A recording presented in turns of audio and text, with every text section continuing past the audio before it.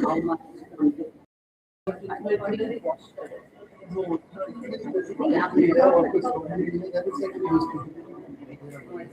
Budget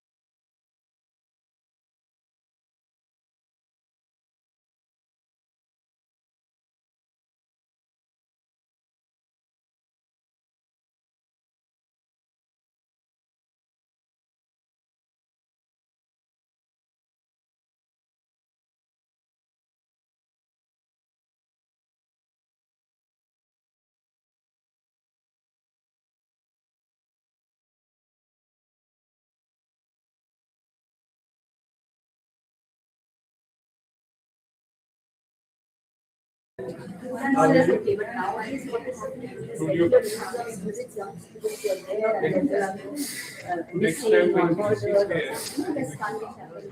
What is the is there any because I think it's also about the lack of information.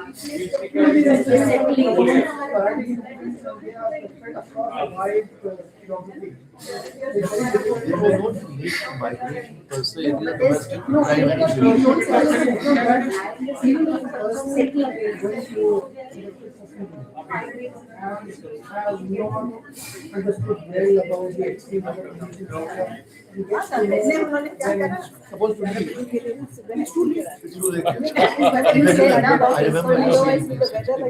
हाँ वही मैंने कहा this is very nice.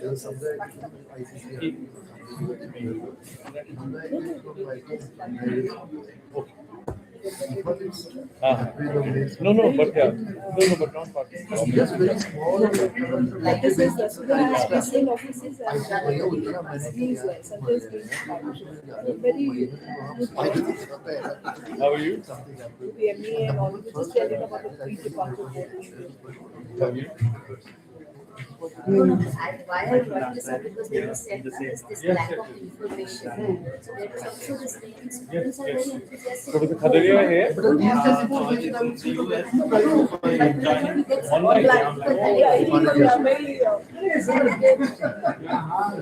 He was in Australia for a long time. आपका lunch कैसा रहा? Easy lunch. I miss grand I lunch. came for a short while and went. I in fact, I wanted to go to Bombay for this course. I just got a such a bad cold and cancelled. I said,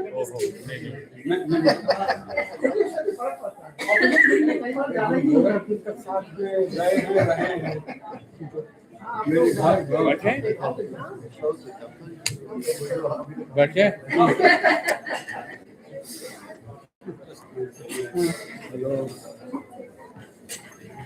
Mani ji, how are you? I'm fine. ये सचमुच मैंने आपसे पहले भी पूछा होगा नहीं इनसे बासमती से पूछ रहा हूँ ये कहानी काम का है या नहीं असली कहानी काम का ये नहीं क्या पता है सर आप तो मुझे ऐसे मैं अपने जिसने दिया है उससे पूछ के बताऊंगी आपको। मैंने पूछा था पहले भी हाँ क्या आपने पूछा था मुझे। Good morning, everyone. On behalf of Center for European Studies, I welcome you all to the inaugural session of our 3-day workshop on understanding migration in the EU. I request our convener, Dr. Sakti Prasad Srichandan, to welcome our guests, representing them with a flower bouquet as a token of appreciation and respect. Mr. Sanjay Awasthi, Head of Office, International Organization for Migration.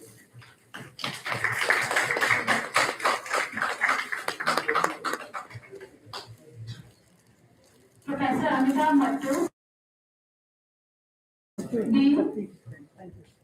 Dean School of International Studies. Thank you.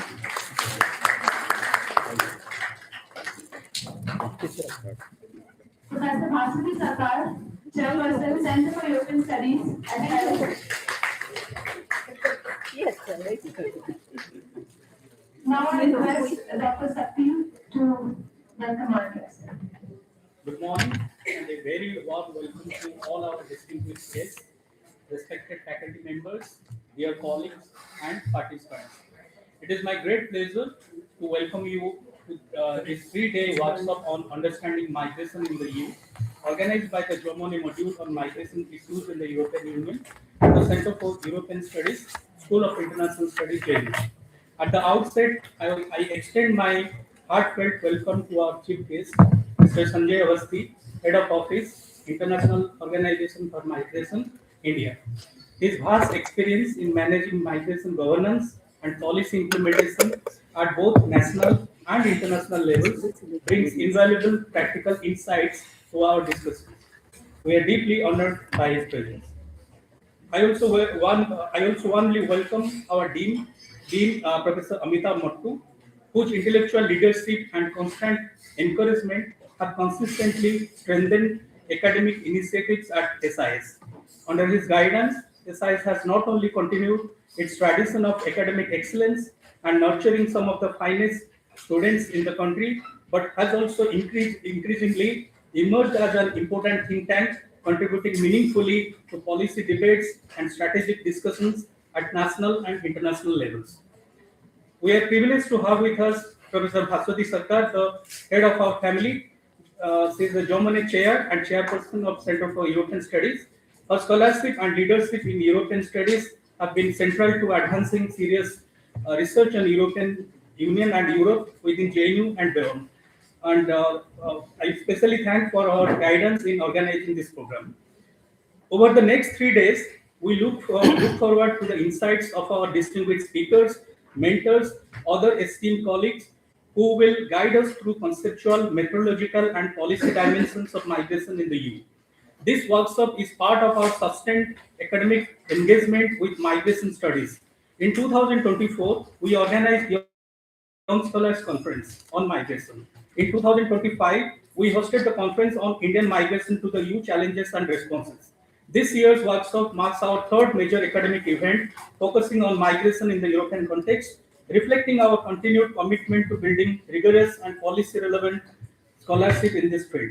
Migration today stands at the intersection of labor markets, humanitarian commitments, governance challenges, identity politics, security concerns within the European Union.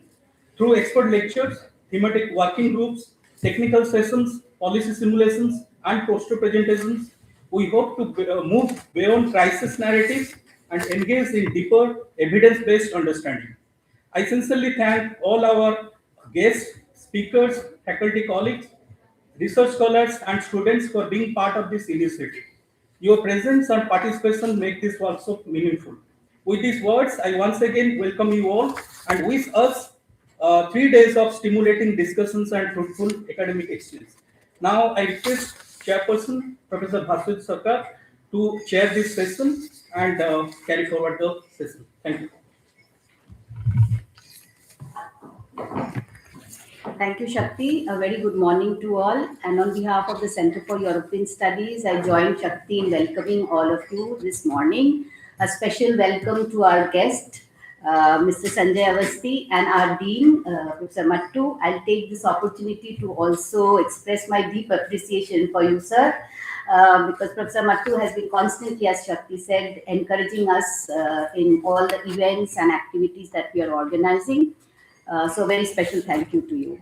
Coming to what we are discussing today in terms of migration and European Union, I think we all know here that push and pull factors are what leads to migratory movements, and Europe continues to be a very attractive destination in both of these aspects.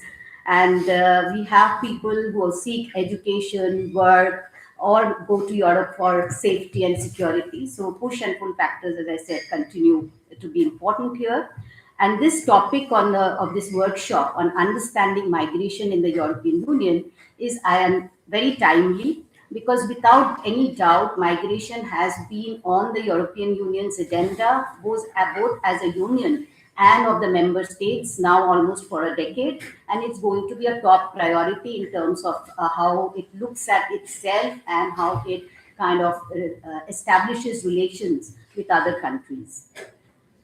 Today, as we all know, we live in a very deeply connected world, but we also live in a very deeply polarized world. So it's both connection and polarization that we see. We travel faster, but we also need to fulfill a host of conditions to be able to travel and to settle, to work, or to study.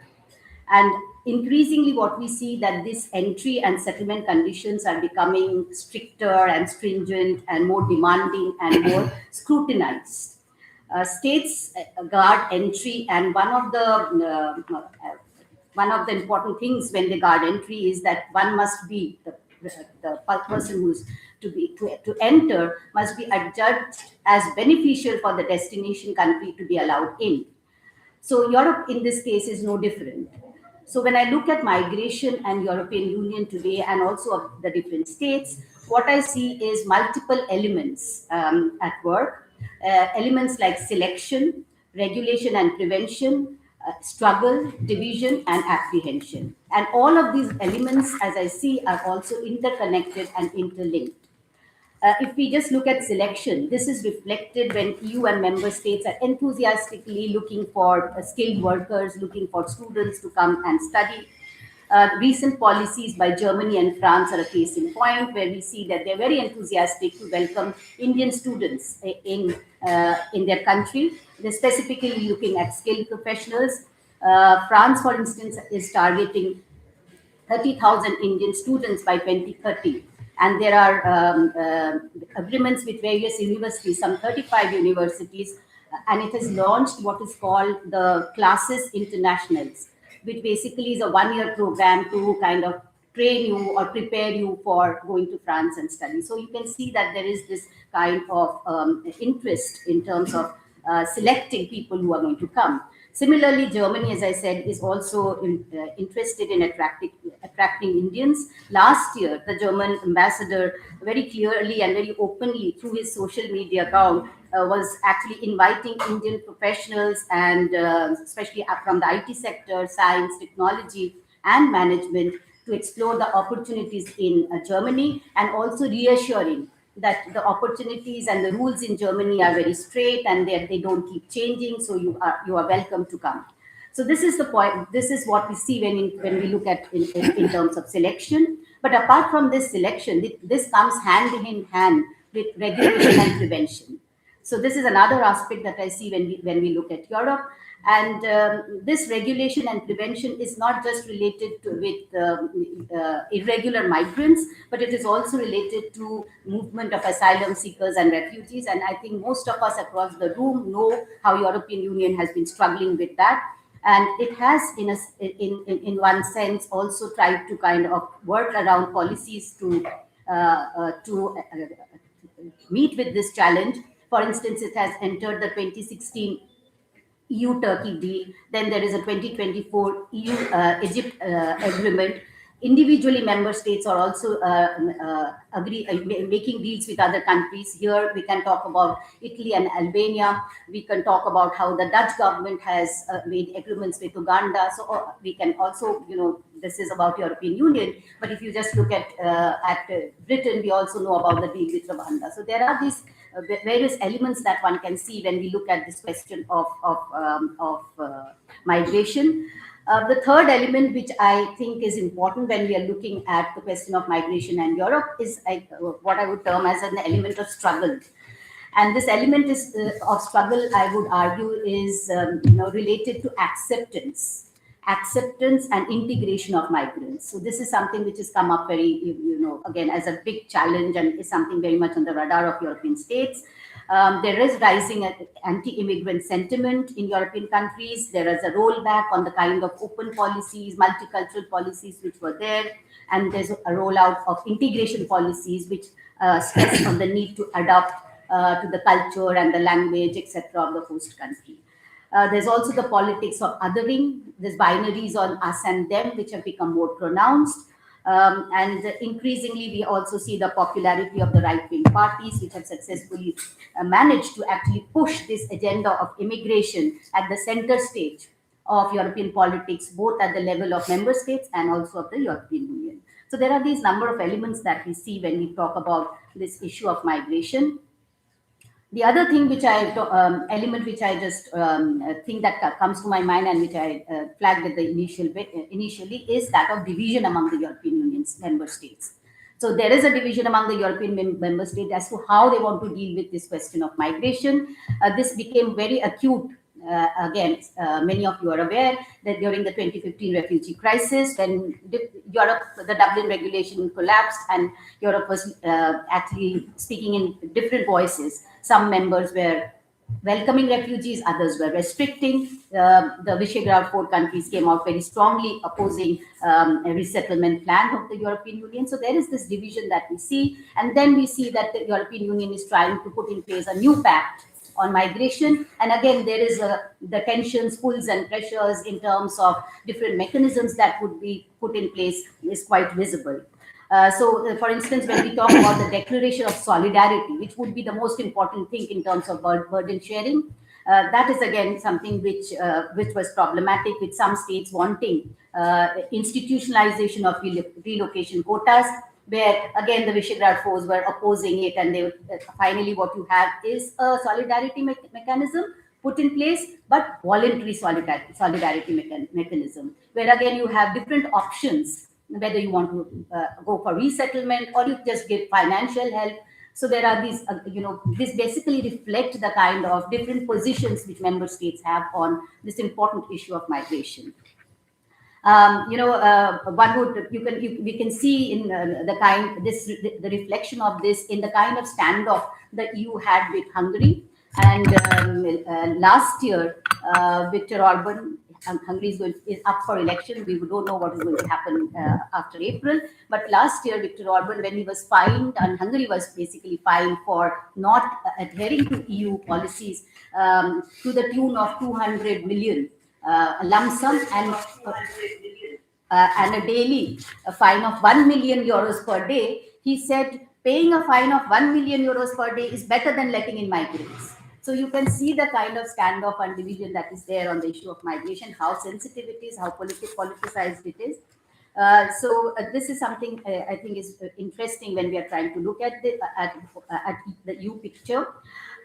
There is also a rising apprehension among European Union and the member states about, one, how smugglers enable people who are desperate to come to the European Union for its opportunities, and also how neighboring countries are destabilizing the union by pushing in migrants. And this is again we have seen in 2021 the standoff with Belarus, when Belarus was pushing in migrants from Iraq into the European Union, and when the European Commission actually described this as instrumentalization of migration for political ends. And it basically said that these are hybrid attacks on the European Union. So I think there are multiple issues when we talk on the question of European Union and migration. And therefore, as I said earlier, that this workshop is a very timely, organized. It has been organized on a very important topic and very timely. And I'm sure over the next 3 days, we're going to deliberate on these various issues and aspects, and also obviously bring in how India and European Union can both benefit from this, and what are the challenges in this mobility. With this, I now welcome our Dean, Professor Amitabh Mattoo, for his special remarks. Thank you. Good morning, and it's a great pleasure to be part of this inauguration of this workshop on understanding migration in the European Union, organized by the Center for European Studies under the Monnet module. I want to congratulate Professor Bhaswati, Sarkar, the Chairperson, and Dr. Shakti Prasad, Srichandan, and all the other colleagues involved in conceptualizing this very timely initiative. I want to also acknowledge the presence of Professor Salma Baba, Professor Kulshan Sachdeva, Professor Sheetal Sharma, Dr. Ankita Datta. This is a way of testing whether I'm getting early dementia also. Dr. Amba Pandey, Professor Sanjay Pandey. Is there any other faculty member who I have not recognized? Yes, and Ritu Sen. Professor Minnagat. Oh, and Professor Renu Sen. Renu Sen. There's so many Sens in the center of my radar at the moment, so I don't know which, but Dr. Renu Sen, very capable faculty member. So is there anyone else I have not recognized? But all the students who are also here, and scholars and faculty members. And I extend my special warm words of welcome to Mr. Sanjay Awasthi, who is the head of the Office of International Organization for Migration in India. And Professor Baba was reminding me that your organization consistently informs us about the importance of this, and also reminds us that migration is not merely an academic subject, but of a deeply human and policy relevant concern. This year, as you know, or the last year, has been particularly meaningful for the School of International Studies. Sir, we completed 70 years of engaging with the changing currents of world politics. And SIS, as you may know, has been a space where we interrogate power, norms, and justice in international affairs. And few issues capture these tensions as sharply as migration. From an IR perspective, migration lies at the intersection of sovereignty and interdependence, security and human dignity, borders and mobility. It forces us to confront fundamental questions: who belongs, who decides, and how do states reconcile national interests with global responsibilities. The debates in some ways unfolding in Europe over asylum regimes, burden sharing, demographic transitions, and political contestation are not simply regional issues. They reflect broader transformations in the international system. But I want to just articulate, or actually for your discussion, um, articulate five different kind of reflections or points which may inform the debates that follow, or the workshop that follows. First is the question of migration in a time of systemic transition.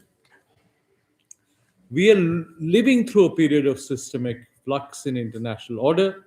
Migration debates must therefore be understood not in isolation, but as part of a wider reconfiguration of global politics in which issues of identity, sovereignty, and legitimacy are being renegotiated. And of course, Europe is the focus of this workshop, but you look at South Asia, you look at what's happening in our neighborhood, you realize that these questions are almost global.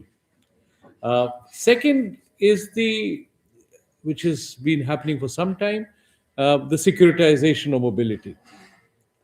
The growing, and I am someone who studies international security, have always studied international security, but the growing um, tendency to frame migration primarily through the language of security risks narrows our analytical lenses. A mature IR approach, which combines realism with a certain normative view of international relations, must hold together prudence and openness, recognizing both societal concerns and the enduring contributions of migrants. Again, this is not just happening in Europe, but in the United States, particularly so. Now, third, and this is something which concerns Europe, I think Europe is a site today of normative tension. If you read, for instance, I don't know how many of you read Secretary of State Rubio's speech. You read it? In Europe. At Munich.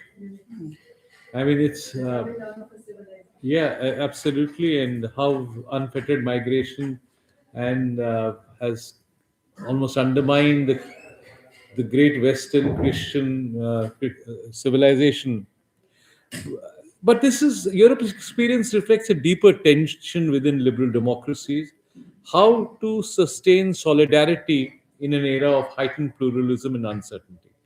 I'm going to flag these seven issues. So first, migration as a time of systemic transition. Second, the securitization of mobility. Third, Europe as a particular site, if not the epicenter of normative tension. Fourth, an Indian perspective, mobility is a historical continuum. From an Indian point of view, migration is neither novel nor anomalous. Our civilizational experience has been marked by movement, and this perspective encourages us to see migration in its full social and economic complexity, even while there are debates and contestations happening within the political and societal space. Sixth, structural drivers and global responsibility. Any serious engagement, as we know, with the whole idea of migrations must confront structural drivers such as uneven development, conflict, and environmental stress. I mean, this has again been part of IR theory, including IR security theory. And there is a need, what I feel, for renewed international cooperation grounded in shared responsibility, and that I think, sir, you will probably highlight in your remarks. Sixth is how important it is for the role of scholarship and dialogue. I believe that universities like JNU and SIS in particular must serve as spaces where complexity is preserved. It's easy to think simply or think in terms of slogans, but you have to serve as a space. Your best objective is to serve as a space where complexity is preserved and when even normative questions are engaged with rigor and seriousness. And finally, of course, is something which is deeply personal to me, which is the ethical dimension. How societies respond to migration ultimately, and someone who has experienced displacement within, internal displacement as a Kashmiri migrant from Srinagar, how do societies respond to migration ultimately reflects not only institutional capacity, but also their moral confidence, their willingness to reconcile prudence with humanity. Based on these 7 reflections, let me finally pose a few questions that can contribute even further to the discussion that follows. One, how can states craft migration policies that address legitimate societal concern while preserving openness? Europe is a mirror, Europe is a challenge, and what Europe does today may inform other societies or other regions. What institutional, second question, innovations might reconcile sovereignty with cooperation? Third, how can development policy be better integrated with migration governance? And fourth, which is particularly true about what is happening in our region, is how might public discourse move beyond binaries of fear and idealism? And finally, what lessons can be drawn from diverse regional experiences? In engaging with migration, we are reflecting on the kind of societies we aspire to be and on whether our political imagination is equal to the complexities of an interdependent world. Perhaps Europe and the experience of Europe may provide a guiding path. Thank you very much.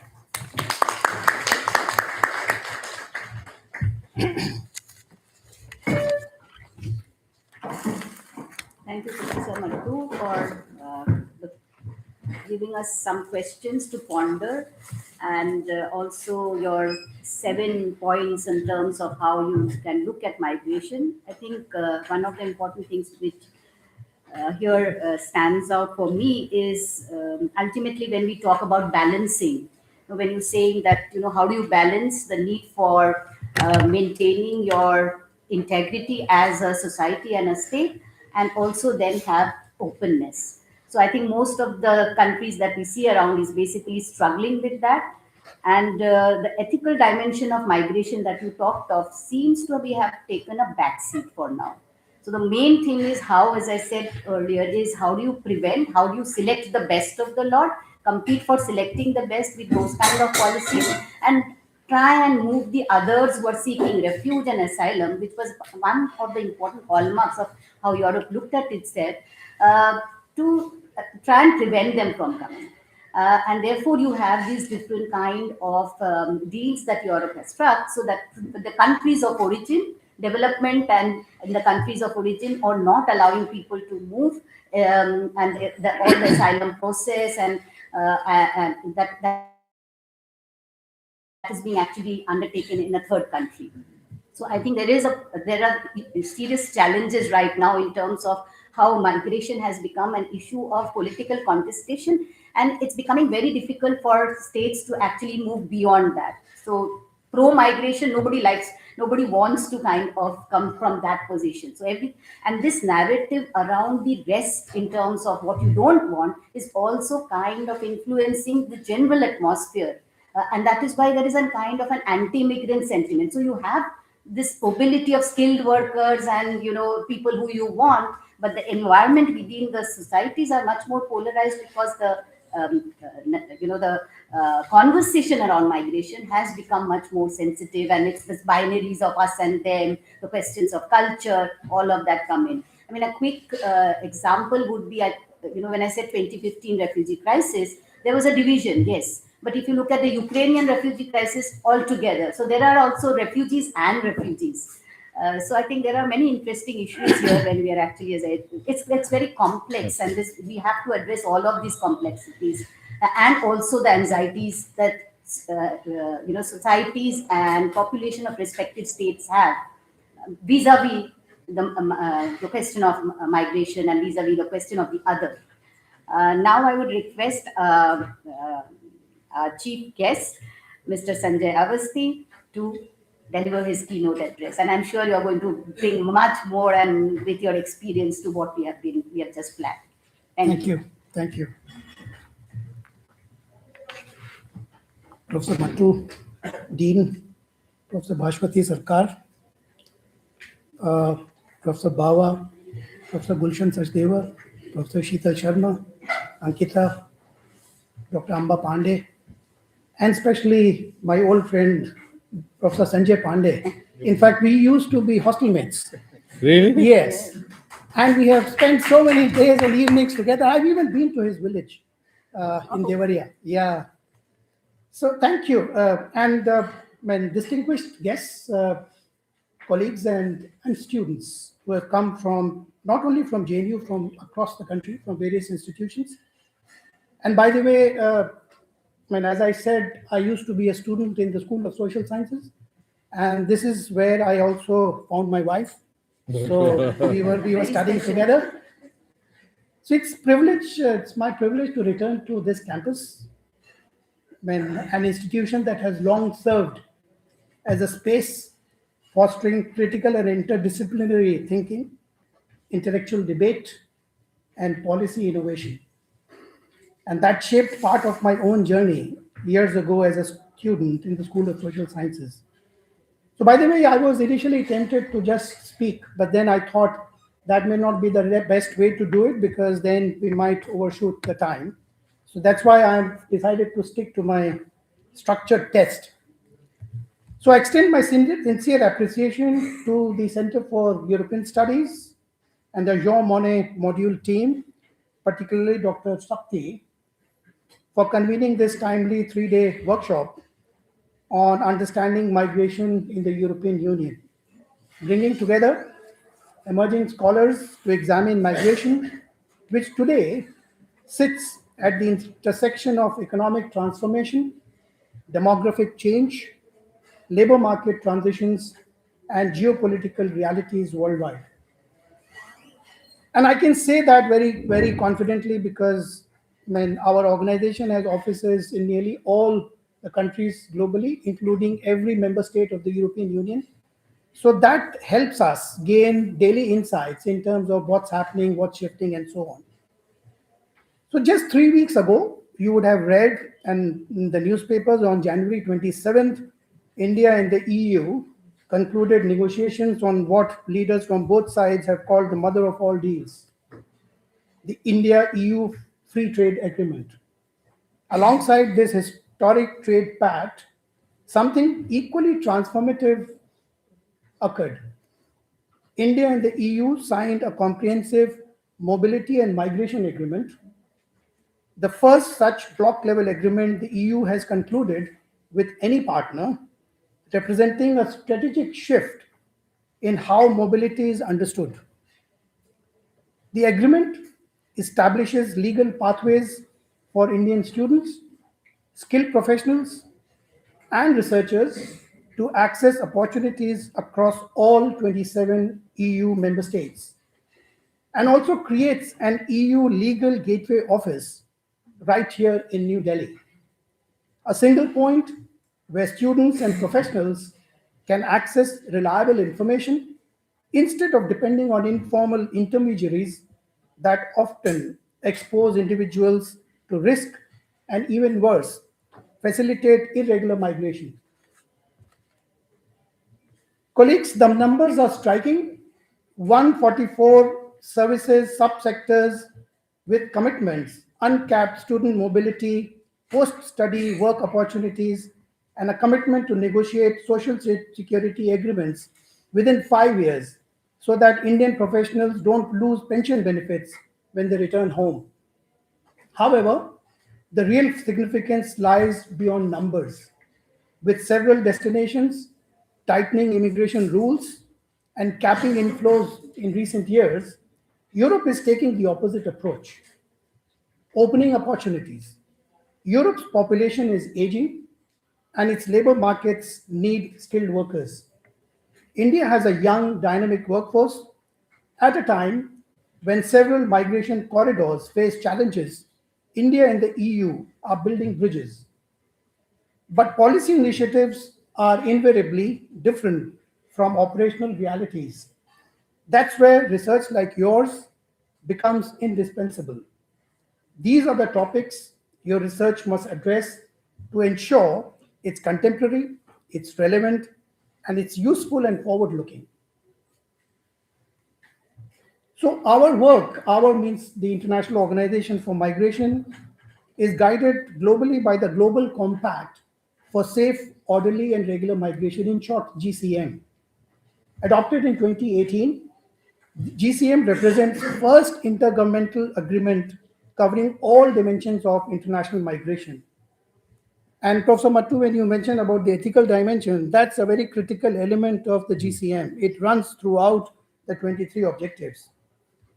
And they cover every aspect of migration, recognizing that migration policy must go beyond bottom management to encompass protection, regular pathways, data, ethical recruitment, skills recognition, and international cooperation. In May 2026, just in a few months from now, under the auspices of the UN General Assembly, the member states and other stakeholders will gather in New York for the second International Migration Review Forum to assess progress on the GCM and identify gaps.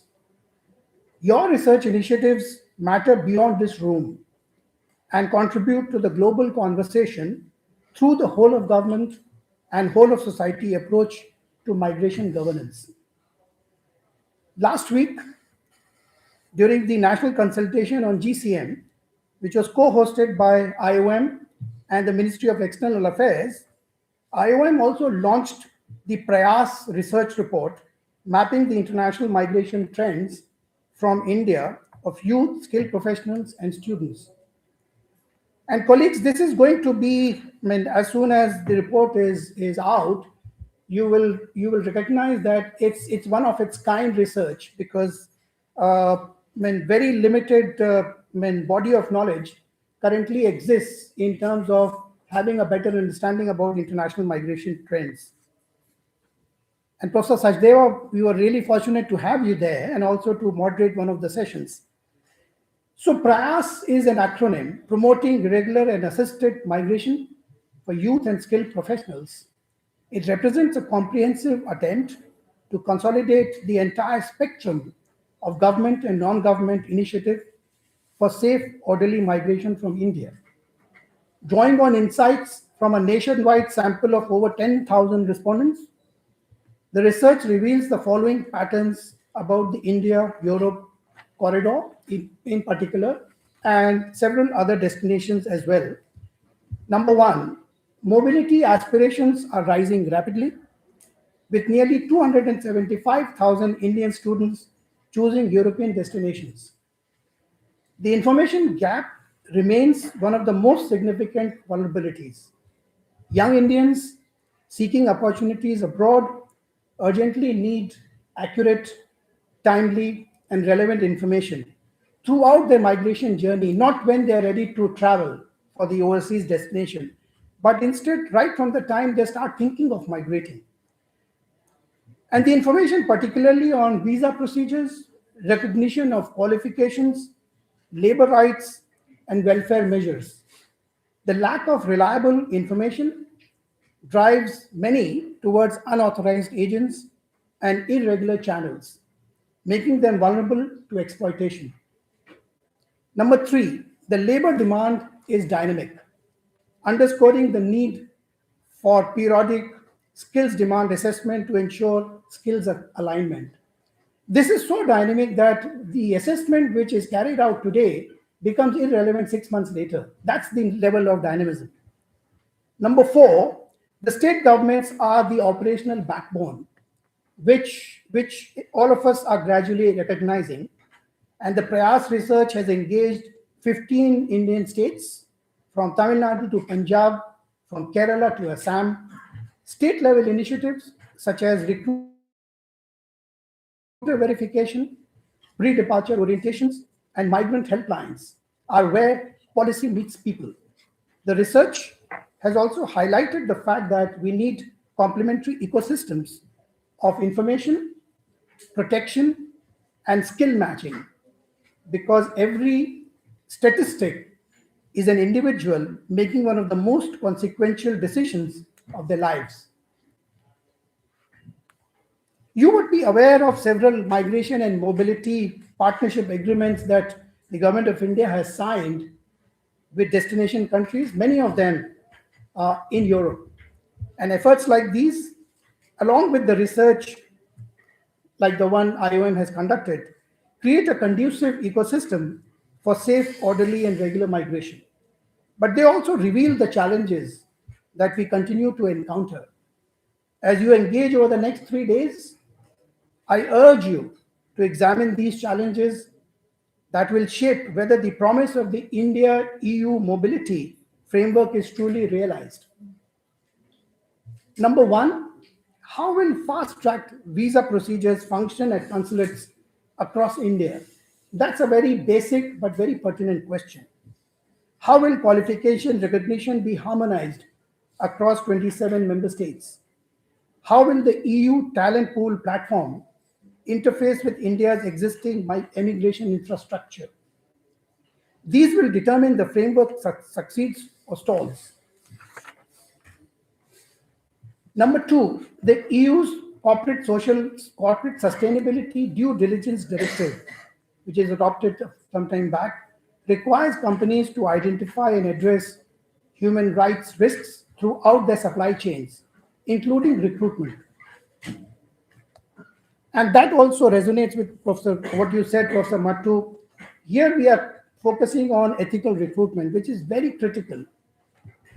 This is a significant development, but compliance mechanisms are still evolving. As you know, if you're familiar with the recruitment ecosystem in India, they are still not geared towards ethical recruitment. And let me tell you, the first pillars of ethical recruitment principle is the employer pays. And you would be aware that that's not the case in practice.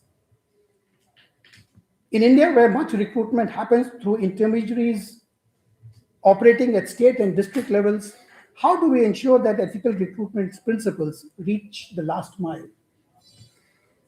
Third, according to IOM's World Migration Report of 2024, which it produces every 2 years, the next one is due in 2026, there are approximately 281 million international migrants worldwide, representing 3.6% of the global population. Male migrants outnumber female migrants, and this gender gap has grown over the last 2 decades.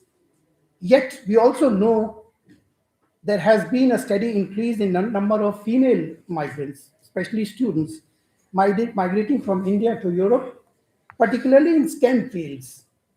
Our data systems and research initiatives are not adequately capturing the gendered dimension of migration, including the distinct vulnerabilities, opportunities, and contributions of women and men across skill levels and sectors. If we cannot measure it, we cannot manage it. Number four, to empower migrants and students, it's crucial that they receive support throughout and at every stage of their migration journey. For instance, do they have access to critical information to ensure an informed decision making? Do they have a smooth journey? What happens after arrival? Similarly, the post-study work opportunities as provided for in the India-EU framework are critical. So too are measures that support integration, such as language training, recognition of prior learning, access to services, and protection from discrimination. The GCM calls on states to empower migrants to realize their full potential. This requires investment in integration infrastructure, that many receiving communities still lack. Number 5, migration is increasingly getting circular. It's moving towards circularity more and more. And students return with new skills, professionals move between markets, with India receiving over $111 billion as remittances in 2024, making it the world's largest recipient receiving country. It also establishes significant contributions the migrants are making to the Indian economy. But how do we create conditions for productive return? How do we ensure that skills and capital gained abroad contribute to development at home and their small return in reintegration? This workshop rightly focuses on understanding current migration dynamics in the EU, but migration is forward-looking. Climate change, technological disruption, and demographic imbalances will reshape migration patterns in ways we are only beginning to understand. And you would all recognize how dynamic that pattern has been over the last 1 year. Europe faces demographic decline and labor shortages. India has a young, dynamic workforce. This complementarity creates an opportunity, but it also demands foresight. Are we building migration frameworks that are flexible enough to adapt to future drivers? So as you move through your technical sessions, working group brainstorming, and policy simulations, I urge you to consider the following questions. Number 1, on research, design, and methodology. How can we improve data collection on migration? And that's when there are no established data collection mechanisms available. We all know it.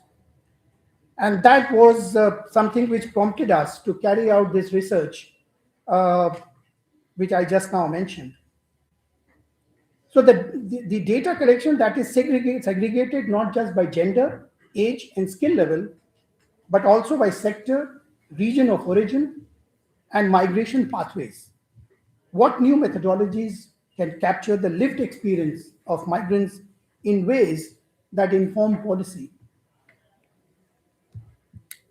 The next is recruitment agencies, student counseling services, diaspora organizations, and civil society groups shape migration outcomes in a very significant way. How can they be brought into governance frameworks in ways that enhance protection without stifling legitimate mobility? Next, how can evidence-based research like yours from public discourse inform public discourse in ways that counter xenophobia and highlight mutual benefits? And last, the AI-enabled digital platforms, and you would have seen we are hosting the AI Summit this week in New Delhi. The portability of credentials, blockchain verified qualifications, the technology that is transforming how migration is managed. But how can innovation be harnessed while ensuring that it serves migrants' rights and dignity, not just administrative efficiency? Colleagues, you represent the next generation of migration scholars, and I'm especially addressing our young scholars who are here, scholars and practitioners who encounter new challenges and new opportunities. The India-EU agreements signed 3 weeks ago will shape mobility for decades to come, especially in this corridor. The GCM framework that guides our work will be reviewed at the IMRF in May, and Project Prayas is generating evidence that will inform policy at the national and state level and across other stakeholders. The workshop over the next 3 days, with its expert lectures, case study discussions, policy simulations, hands-on training on migration data and analytical tools, and thematic working groups, will equip you with frameworks, methods, and networks to contribute to this work. At IOM, in partnership with the government and non-government institutions, civil society organizations, academia, the private sector, practitioners, and migrants themselves, we are committed to supporting this endeavor. Thank you and best wishes for the success of this workshop. Excellent. Thank you.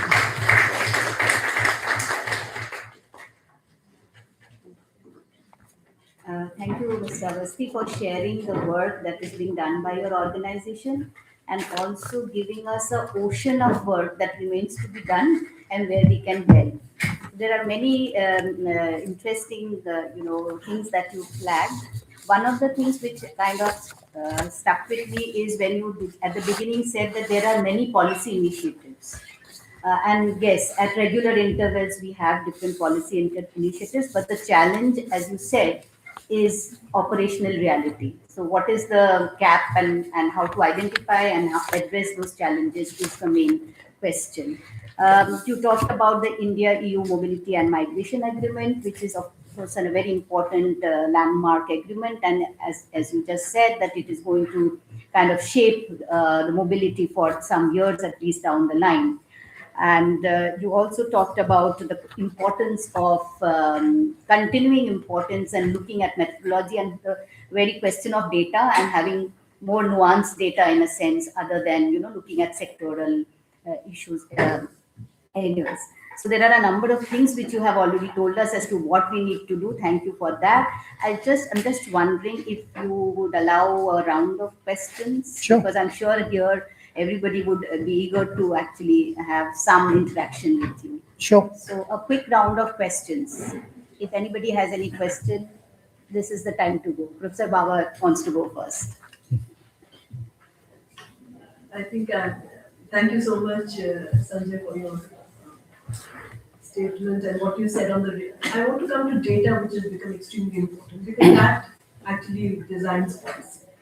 So, I mean, even in the immigration point, the passport has the ECR clearance, which means we have to, collecting some base data, but it's not absolute. It's a requirement for recruitment agencies also to be registered and to also supply. But we also have that the entire thing on the global compact on safe, orderly, and legal is challenged because everybody doesn't follow. Just from the other side, because you're all students over here, I can tell you with my experience on Germany, given the level of fraud in academic qualification, and even though we have digital platforms and students are now required to have a digital locker, you can hack the system, so to speak. And so there is an investment on academic qualification vetting, which then delays. Now, coming from policy and integrating it, are we looking, at least in the policy time? I mean, I know you're coming from IOM, but with your interactions over here, where, like you pointed out, to the sectors and more than 100 plus sectors we're looking at. Are we thinking in terms of digital platform accessibility? Because that would be a faster way to actually bring all of this and to provide us with some solid numbers to look at what are we looking at. So we can collect the questions Yeah, if sure. there are any more, and then we can come in. Anybody? Any more questions? None? Then the floor is yours. In fact, I just wanted to add to Salma's, if I may. Yes, yes. Which is that I thought now ECR or ENCR is only required for those who don't have matriculation 10th. It's only the labor. So there the qualifications won't come through. So it's, or if you're not an income tax payer, if you have no professional qualification. For the rest, there is no requirement of any ECR. Or for the yeah, absolutely. But for now, the demand for migration is primarily for skilled workers, from Taiwan, Japan, Southeast Asia, in numbers which are equivalent to Gulf numbers apparently now. But your question, I think Mr. Awasthi will probably Sure, answer sure. this better. Thank you. So starting with the ECR, that actually gives an incomplete picture because the ECR, as Professor Mattoo and Professor Sachdeva has rightly mentioned, it actually deals with only the ECR passports and also ECR destination countries. And these passport holders and these destination countries in that corridor, that's the only information which is mandatorily put up in the eMigrate portal, eMigrate 2. So while anybody traveling out of India under this category is very neatly captured, but there are so many other forms of migration happening, student migration and other categories that are not covered, and that remains a challenge. The other challenge is that while the Bureau of Immigration has access to e-migrate portal, so that's when an ECR passport holder arrives at the airport, they're able to verify between the two portals, and that's where the basic interaction or questioning happens. But then beyond that, there is no exchange of information. And a couple of years ago, the Ministry of External Affairs asked us to provide recommendations on improved international migration data management. So given the current constraints, we did present some recommendations, seeking help from some of the leading international border management and migration experts from Europe and elsewhere. But it's a long journey. So that challenge still remains. And even within that, we have also come across instances where very significant, not large, but very significant numbers of ECR passport holders have been traveling on tourist visa. So they arrive and then they don't get captured in the migrate portal. So, and then they move to other avenues. So coming to the second point which you flagged up was regarding the frauds related to educational qualification. That's something which several destination countries are struggling with, and especially the consulates and the visa officers.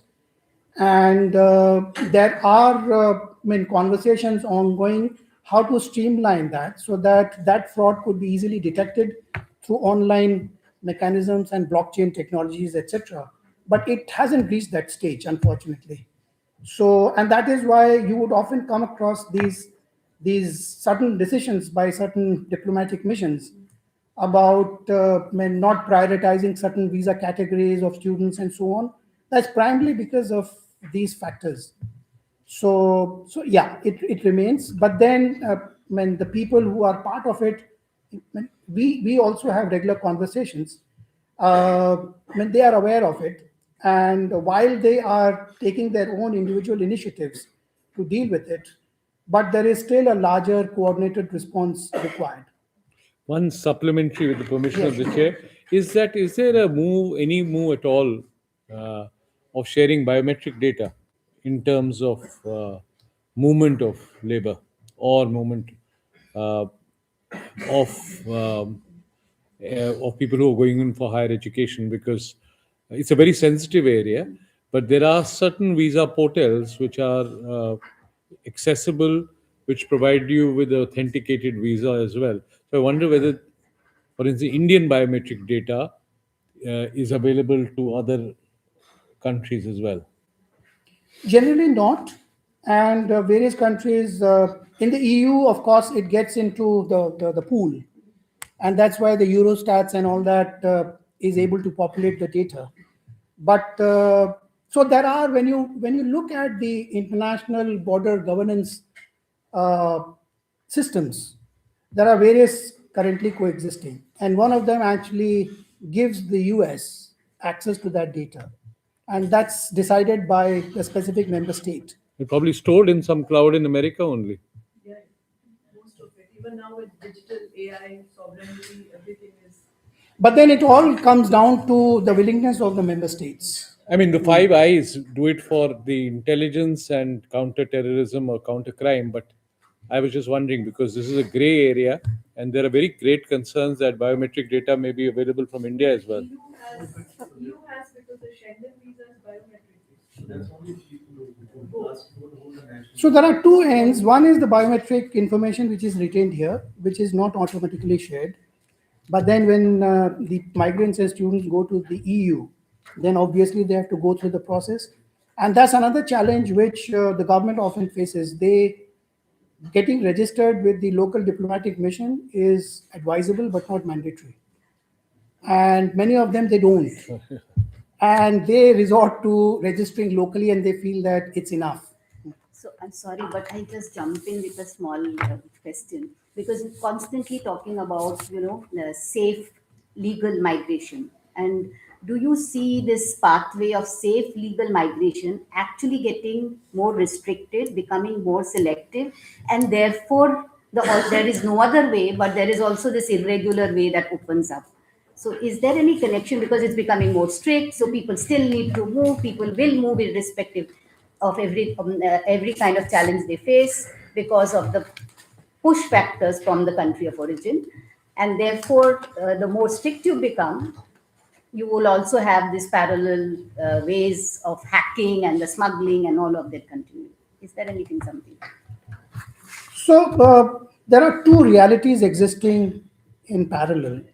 One reality is the supply and demand requirements. When we all know, we see the demographies of Europe and elsewhere. They are in desperate need. There are certain industries which are on the verge of closure in many countries. So that is one part. The second part is the optics and the politics around it. And that's where a kind of balance needs to be found between the two. So, and that's what the member states are trying to do. Yes. Add to the very interesting question you asked. About data. I think that one, of course, is when people go, then of course they go around. Only people those are going. The larger question is whether national database are actually shared with the destination countries. Now, obviously, sovereignty issues, countries don't do that, but Five Eyes, of course, they do share all kind of data. But that also depends actually, particularly US, on what kind of relations they have in the country. Now, I know for the fact that when we were in Kabul, I think all the Taskara was issued new to all residents, and most of this data was actually transferred to the US. So it is all Afghan citizens to some extent, their data was already there with the US to a large extent. So depending on how they are doing, what kind of things they have. So some countries, as you said, the national governments. The less you talk about it, since you're being streamed live, so the better it is for your future of getting visas. So in that case, ultimately, it's the realism that works, because It's you're talking streamlined. about realism and Maybe you should- normative aspect. Yeah, maybe you should stop streaming the discussions part. Mr. Awasthi, if you have something to add, please go ahead. No, just based on my information, the Bureau of Immigration is very sensitive about it. They don't even share data with other ministries. And there have been several conversations, but they are very, very particular about it. So that's the information which we have encountered. Yeah. Okay, Thank you. we'll close the discussion at this point, and may I request Shibankita, right? Shibankita Pradhan. Okay, there is some felicitation. I now Please go request ahead. Dr. Sakti to kindly felicitate our guests. Okay, give us the Sanjay welcome. Awasthi.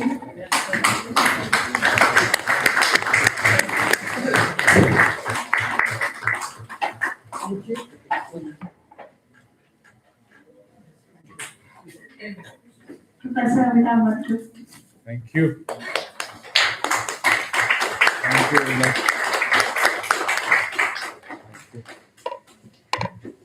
Professor Bhaswati Sarkar.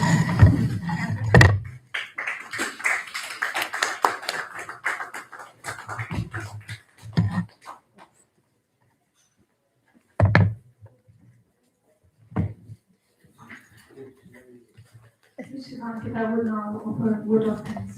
Respected Chair, distinguished guests, faculty members, and participants, on behalf of the Center for European Studies, JNU, I'm delighted to propose a vote of thanks for this inaugural session. I extend my sincere gratitude to our guest of honor, Mr. Sanjay, Head of Office, IOM, for his insightful keynote address and for sharing valuable practitioner perspective on migration governance.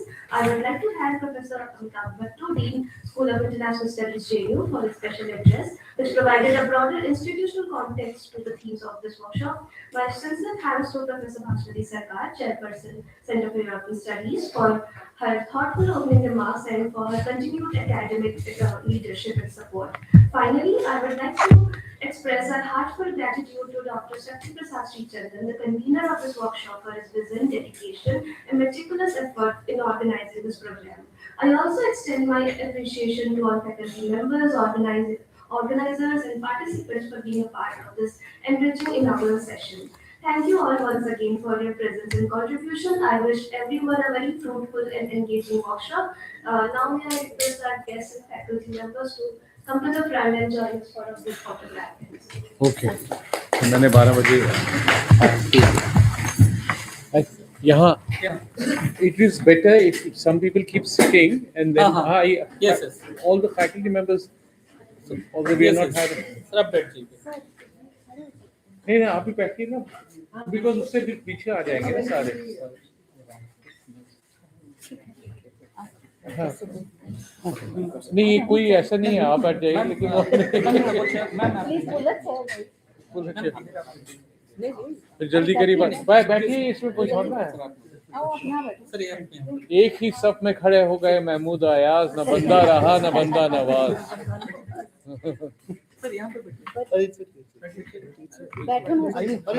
You also supposed to join the photograph. That's why we are sitting. That is why we All are sitting. participants. Can all the students please join? Can all the students please join? Yes. I quoted a verse from Iqbal, which you should learn. Sir यहाँ पे बैठ जाइए ना. Repeat. It's a description by Iqbal. Since you're a multicultural center, it's about the importance of equality, and he gives the example of the prayer, the namaz.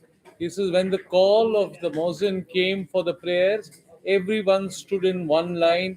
There was no distinction between master and slave, or between capitalist and socialist, or between genders. This I don't think can be captured. Like, if you are like, you have to come. Please come. Keep पीछे moving. आ जाइए. And you jump, someone jumps inside, and The tall ones can come in the Keep second. moving. And find a place.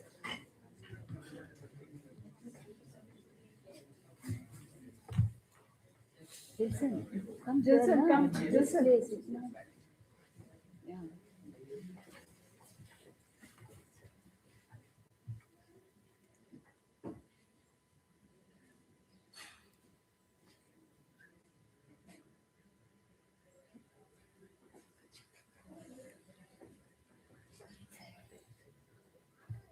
thank you. Thank you. Thank you, Mr. Awasthi. Pleasure meeting you. Absolutely. I read that you did your DPhil from Oxford. Which college were you in? St. Edmund Hall, which is Hall College on High Street. Were you at Oxford? No, my son is currently doing Which one? DPhil. He did his, when he was at MPhil, he was in, Is he international relations or more science? no, he is chosen art history.